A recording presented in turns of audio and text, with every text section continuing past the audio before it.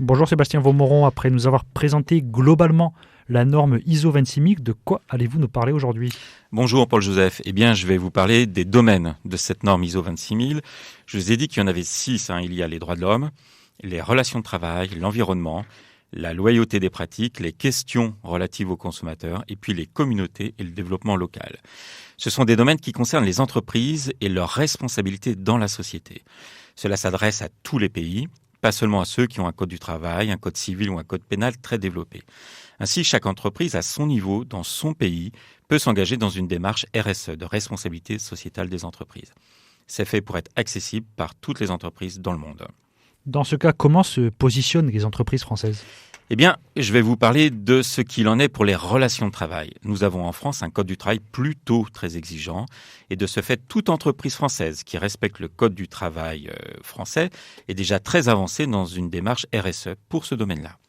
Un principe fondamental de la déclaration de Philadelphie de l'Observatoire international du travail en 1944 nous dit que le travail n'est pas une marchandise. Cela veut dire qu'il ne faut pas traiter les travailleurs comme un facteur de production. Il faut donc les traiter autrement que la manière que l'on a de traiter les marchandises. Mais cela peut paraître évident, non ? Oui, ça paraît évident, ça vous paraît à vous évident, travailleurs en France en 2023. Et si vous étiez né 2 siècles plus tôt, cela ne vous aurait peut-être pas paru aussi évident. Et si vous viviez aujourd'hui dans un petit village d'Asie, employé dans le textile ou dans une mine, il n'est pas certain que cela vous paraisse aussi évident que ça.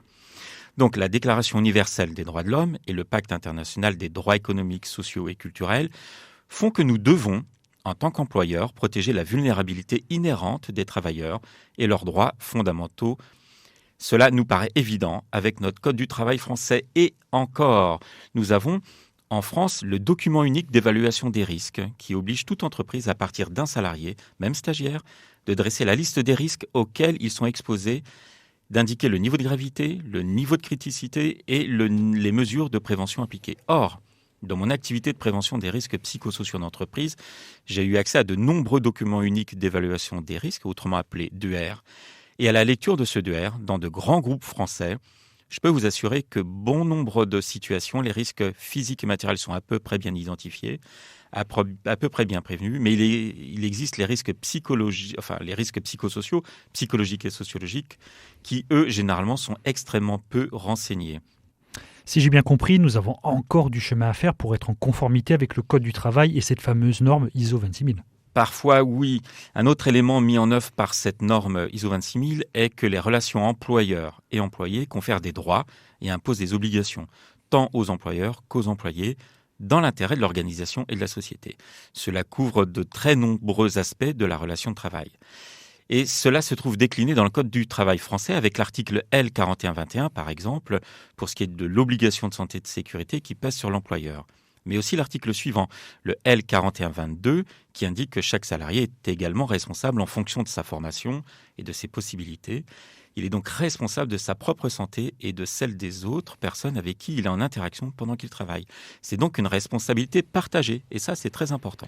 Effectivement, nous avons souvent le sentiment que c'est l'employeur qui doit veiller à la santé et à la sécurité des salariés, et on oublie parfois que les salariés ont également une obligation de ce côté. Mais en quoi c'est si important que la responsabilité, justement, soit partagée ? Dans le travail, comme dans la vie de tous les jours, le fait de partager la responsabilité fait que nous ne sommes pas seulement l'objet de protection de l'autre, mais nous sommes également sujets de notre propre protection.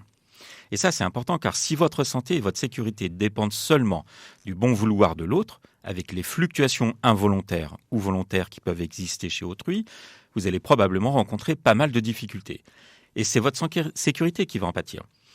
Alors que si votre santé et votre sécurité dépendent aussi de vous-même, alors vous pouvez agir directement dessus.